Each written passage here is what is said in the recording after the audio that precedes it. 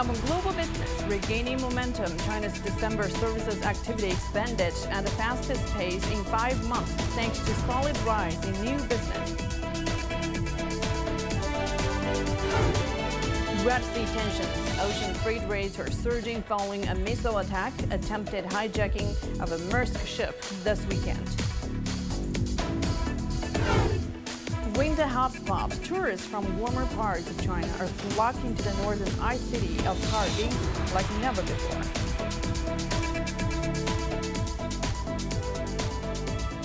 Hello and welcome to this edition of Global Business on CGTN. I'm Guan Xing in Beijing. And first up in the program, China's service sector grew at its fastest pace in 5 months as new business activity continued to recover in December. Data from Caixin shows that the Services Purchasing Managers Index, or PMI, rose to 52.9 in December from 51.5 in the previous month. Data above 50 marks expansion, while a figure below 50 indicates contraction. Caixin PMI offers a snapshot of smaller and private enterprises. Business activity and new business volume both experienced substantial growth. Many companies reported an increase in consumption demand. New export orders also saw an uptick. In the meantime, services firms remained upbeat about their business activity in 2024, with the level of positive sentiment increasing to a 3-month high. Meanwhile, China's Finance Minister Lan Fuan says the country will intensify its pursuit of a proactive fiscal policy. China will strengthen overall planning and sustainability of financial resources and make good use of multiple policy tools. He added the country will also increase government spending in an appropriate manner and improve fiscal management to further support the economy's high-quality development. As we look forward to the year 2024, there is a keen interest in evaluating the prospects for China's economic resurgence. The recent Central Economic Work Conference has set the tone for seeking progress while maintaining stability. But what new driving forces and opportunities are likely to emerge in 2024? My colleague Lily Liu spoke with Robin Xing, Chief China Economist at Morgan Stanley. Take a look. What do you think are the current challenges that the Chinese economy is facing, and what is your outlook for the economic growth in 2024? Well, China is facing a combination of debt, demographic, and deflation pressure. To address these issues, Beijing has stepped up its support to the Chinese economy since August, led by the fiscal budget expansion by RMB 1 trillion, and also the launch of home easing measures, plus some central local government debt swap program. So looking into 2024, we think underlying nominal GDP growth could improve slightly to 4.7% from a 4.2% sluggish nominal GDP growth this year. That's because we think inflation indicators, CPI, PPI, will likely improve with the policy support and the resilient consumption. So that's the key word for 2024, a modest recovery in nominal GDP growth. So latest figures show that in the first 3 quarters of 2023, final consumption expenditure accounted for more than 83% of economic growth. What does that tell us? I think it shows consumption is still the most important driver of the Chinese economy. So that also means rebalancing the economy towards consumption will still be the key step for China to grow sustainably in the next few years. So in the Central Economic Work Conference, I'm glad that the government mentioned the consumption stimulus programs, including a trade-in program for some smart and green product, this type of consumption goods. We think policymakers can also increase their social welfare spending because Chinese households still have one of the highest saving rate among major economies. So if we can reduce the precautionary saving among households with better and more coverage of social welfare, for example, for migrant workers, that could reduce the precautionary saving and unleash some consumption potential. So that's also the part we are focusing on for next year. What are the measures, the strategies that we can adopt to actually unleash that, greater potential in consumption and what you're talking about spending in social welfare? Well, I think to be more specific, there are 200 120 million migrant workers. You can call them the new urban residents, but they don't have enough access to public school, healthcare, and pension accounts. So if we increase the social welfare spending on these new urban residents, that could greatly help them to reduce their precautionary saving demand. And people can spend more because they do have the pension and the healthcare coverage. But of course, this means the central government need to leverage up by injecting money to the social pension system. But I think that's also in line with not just the near-term cyclical stimulus for the economy, but also in line with China's long-term common prosperity reform agenda. That's why I think that's the key policy measure. And now let's check some Chinese news headlines we're tracking at this hour. The Civil Aviation Administration of China says the number of international flights entering and leaving the country is expected to recover to almost 80% of the pre-pandemic level of 6,000 per week by the end of 2024. And China issued new rules on strengthening the integration of new energy vehicles with the electric grid on Thursday as the country aims to manage its power demand with the transition to renewable energy. The new guidelines encourage NEV owners to charge their vehicles during the low power load period. Meanwhile, China will put more efforts into improving the advancement and application of agricultural technology to secure higher productivity and stable supply of crops, the Ministry of Agriculture and Rural Affairs said on Thursday. And now we're heading for a short break. Still to come on Global Business.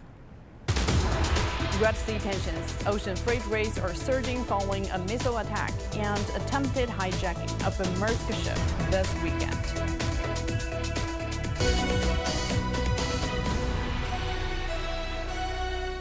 The world economy as we know it is about to change. Global Business reports highlight emerging markets, developing countries, and dynamic sectors worldwide. We feature top analysts and newsmakers to provide perspectives on every facet of business. From an on-the-ground perspective, we provide you with balanced and objective assessments. Fast, sharp, and insightful. Global Business, only on CGTN.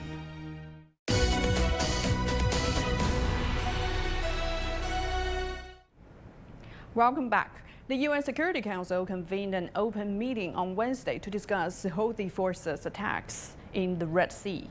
Some shipping companies have rerouted ships around South Africa, adding more days to travel and affecting international trade and freight costs. UN Assistant Secretary General Khaled Khairi stated that no cause or grievance could justify Houthis' continuing attacks against the freedom of navigation in the Red Sea. He also emphasized that all incidents originating in Houthi-controlled areas must stop. Meanwhile, member states urged an end to maritime attacks and expressed serious concerns about the impact on global food security. China called for an end to the attacks and said it is of common interest to safeguard peace and stability. Take a listen.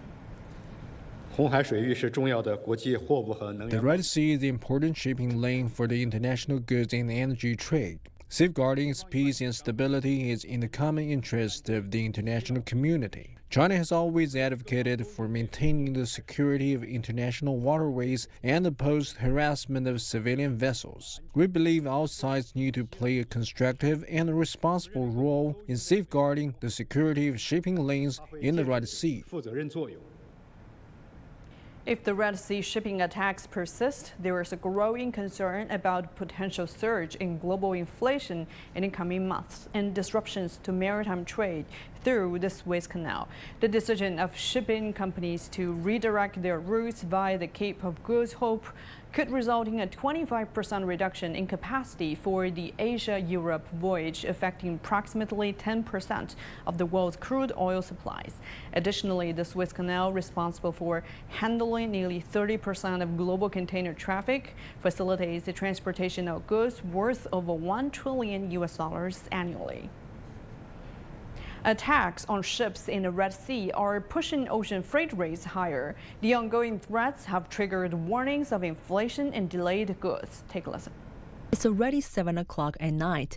Staff at a Shanghai-based international logistics service company are still busy negotiating with clients.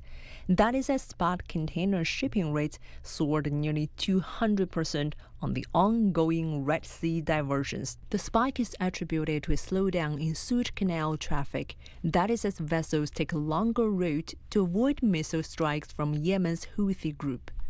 According to a cargo booking platform, Freightos, the spot rates for shipping goods in a 40-foot container from Asia to Northern Europe have reached $4,000.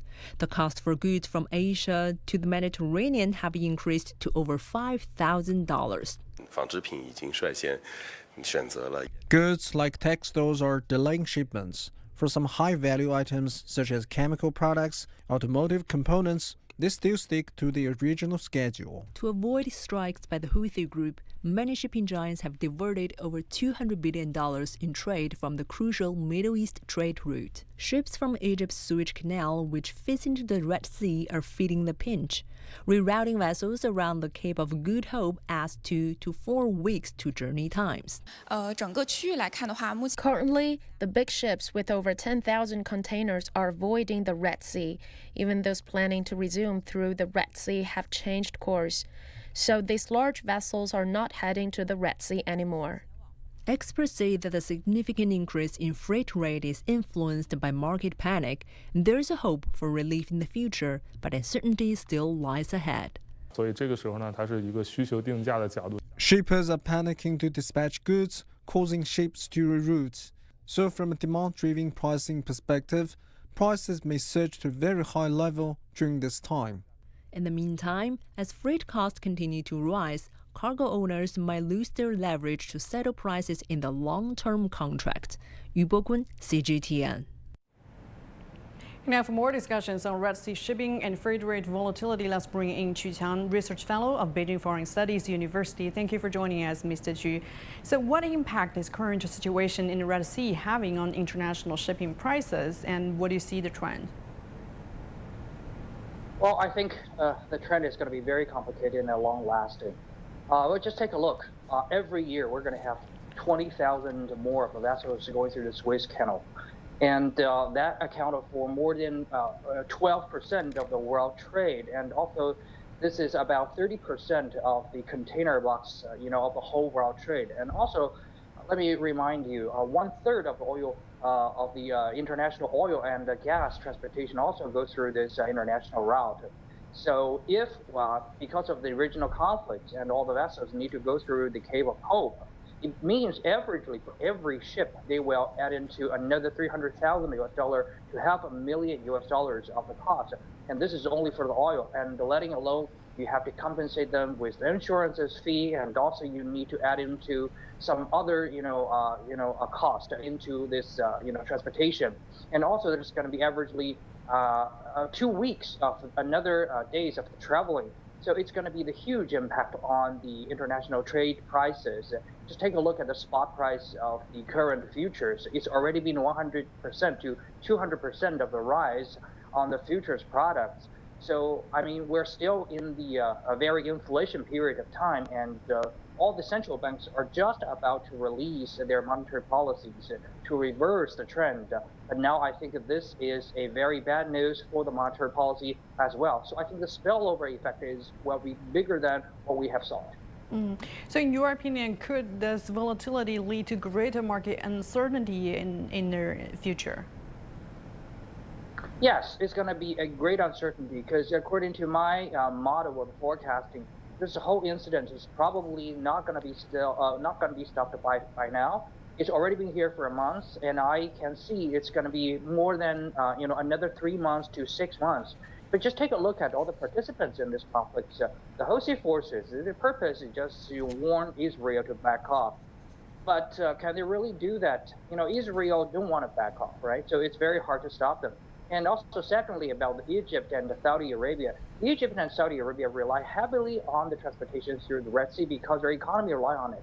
Egypt has more than $8 billion of US dollars income, or $10 billion of US dollar income on the Suez Canal. And also, Saudi Arabia rely on this life route for the heavy import of all kinds of product. But also, if Israel does not back off, they also were going to suffer from huge humanitarian pressure and as well as a religious pressure. So it's very hard for Egypt and Saudi Arabia to interfere or not to interfere. And also take a look at the another force, which is Iran. Iran will have some benefits of the rising oil prices. Let's say $80 per barrel would be good for Iran. So they also would like to, see this incident to get prolonged. And even for America, does America interfere and want to stop this? I don't think so, because Iran and Saudi Arabia are working very closely with each other. So I think America would like to use this opportunity to create some, breach between these two sides in the Middle East.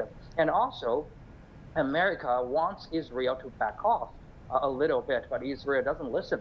So if this kind of conflict, exists, Israel will suffer from the international trade pressure. Probably they will back off a little bit. So I think the only side who would like to end this, incident is one, Europe, because they rely on international trade through this route, and second is Asian countries like China, Singapore, Japan, and South Korea, and we would like to use this international route. But we're far away from it, and we do not have, the full capability to solve this issue entirely by ourselves. So I think this is going to be here for quite a while, more than our expectation. Indeed, and we heard from the UN that this is going to threaten global food security. Do you think the influence of geopolitical factors on the international shipping market and prices would diminish over time or become more significant? Yes. You asked a very important question. So every year, averagely, we're going to have 6 million tons of all kinds of grains and food transported through this, region. And this region, more than ever, relies on the ocean transportation, maritime transportation for the food. Because just take a look at the map. In the Middle East, most of the regions are deserts. They cannot have the, self-sufficiency of the food. They're always the heavy importers of the grains, and due to the last year's conflict of the Ukraine crisis, so one of the most important artery for the food transportation on land, Ukraine and Eastern Europe, has already been crippled. So this region more than ever relied heavily on the food transportation from the Asian regions, from India and also from Latin America, and this requires heavily on the transportation route on the Suez Canal as well as on the Red Sea. So if this this route can be crippled for another 3 months, we're going to see huge humanitarian crisis happen, not only in the Middle East, but also the spillover effect will be in Israel, in the Gaza Strip, as well as in many parts of the in African continent. And European nations will also be affected because of the rising food prices. So it's going to be prolonged, and also it's going to be humanitarian bad. Well, thank you very much for sharing with us. And there was Chu Qiang, Research Fellow of Beijing Foreign Studies University. And now we're heading for another short break. Still to come on the program. Winter hotspot. Tourists from warmer parts of China are flocking to the northern ice city of Harbin like never before.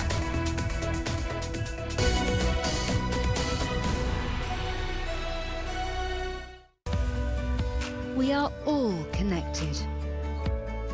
Across borders, across continents, connected by ideas, a shared humanity. Stay connected.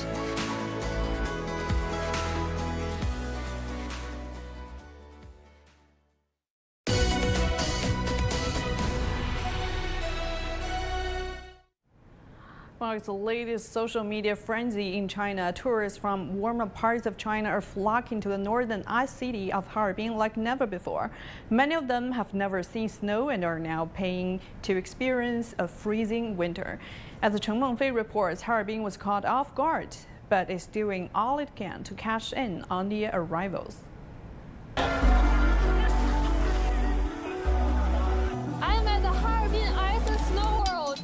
The city has been trending on Chinese social media for the past few weeks.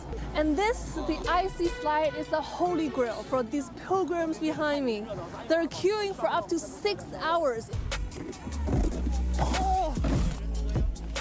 How long did you queue for?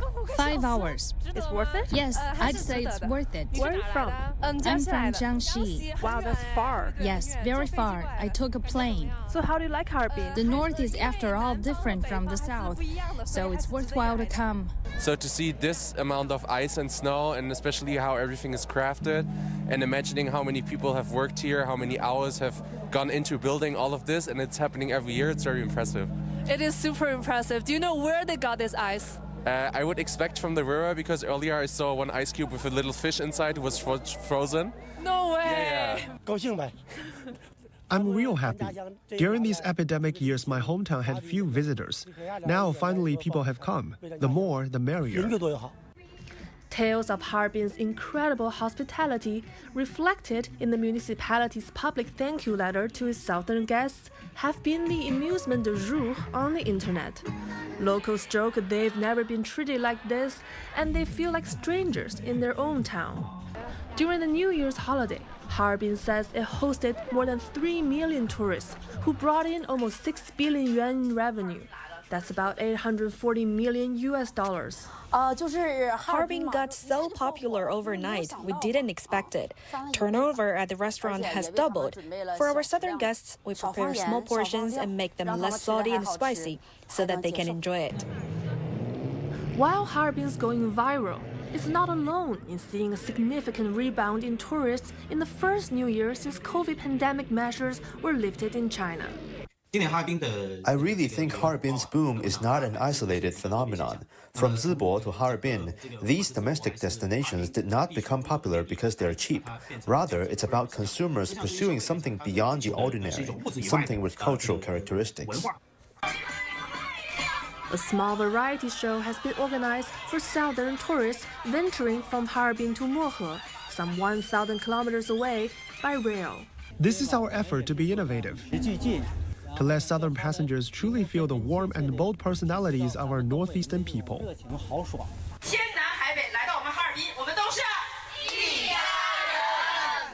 Never did I think I would one day be clubbing with Cantonese aunties on a train en route to China's northernmost city.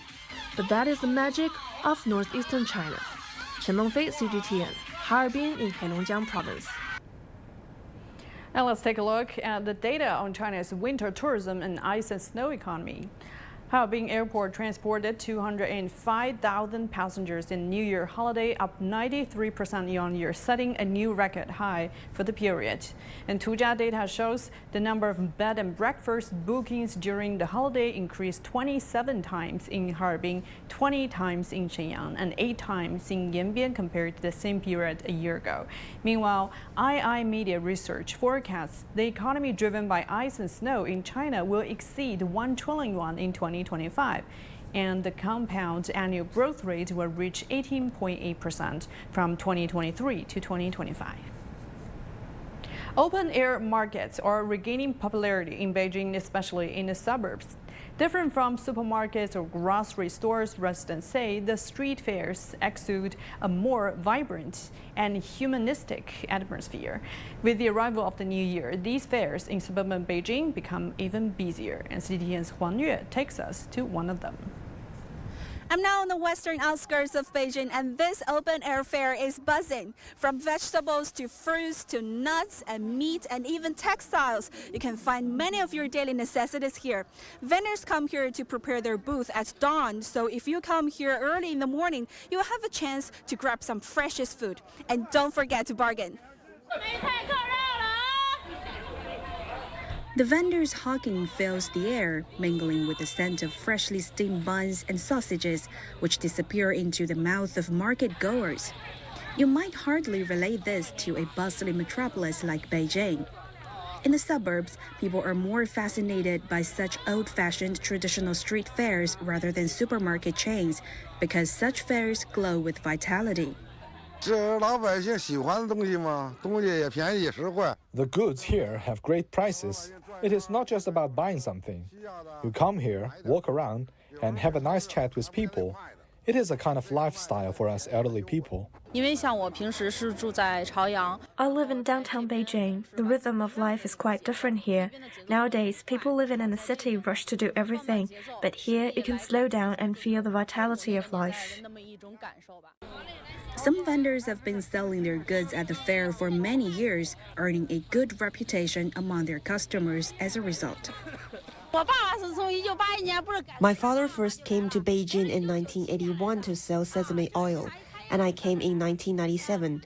We have a family recipe to make the sesame oil. People love it a lot. Once they try it, they keep coming back for more. I've been selling fruits in Beijing for nearly 10 years. Customers return because they sense my sincerity and honesty. They always find quality fruits at reasonable prices from me.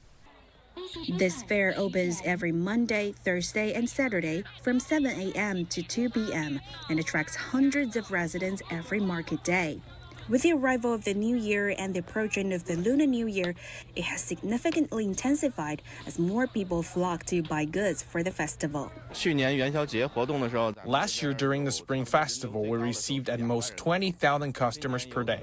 We're still working on the plans for this year's Lunar New Year fair. We'll try our best to offer a better experience to customers. This is just one of dozens of street fairs in suburban Beijing. The traditional style markets are now captivating Generation Z and have emerged as a new trend on Chinese social media platforms. Young people say such fairs provide a sense of nostalgia, offering them a warmer, more grounded feeling and a sense of belonging. Hong Yue, CGTN, Beijing. Meanwhile, in Shanghai's landmark Yu Garden, a feast of lanterns is on display, attracting tourists from across the globe. And Chen Tong tours the area and brings us this story. In Shanghai's Yu Garden, fish can be spotted in the sky. And these lanterns showcase the shape of a Chinese dragon. There are still over 40 days to go until the Year of the Dragon, but that Chinese New Year feeling is already in the air at Yu Garden. Beautiful lanterns are displayed here to welcome the arrival of 2024 and the Year of the Dragon. The Yu Garden is welcoming tourists from across China, including Taiwan region as well as from around the world. 我们从台湾来的。对。是来上海玩吗？啊，对。是为什么会想来豫园呢？因为没来过，想说随便走走。Germany. Oh, from Germany. Yes. Your first time here in Shanghai. Yes. How do you feel about the Yu Garden? It's wonderful. 是北京过来的。北京过来的。对对对。为什么会想要来豫园？因为以前听说这边比较好玩，所以过来玩一下。We're from the Philippines. Yeah. First time here in Shanghai. Second time.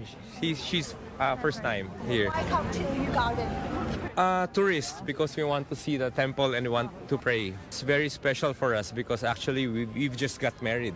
So we're trying to have a dragon baby. So the lantern fair for the Year of the Dragon is still under construction, but the shapes of the lanterns are already visible at the famous Nighton Bridge. The whole project is expected to be complete and open to the public from the middle of January. Chen Tong, CGTN, Shanghai. And that will do for this edition of Global Business. Thank you for being with us. See you next time.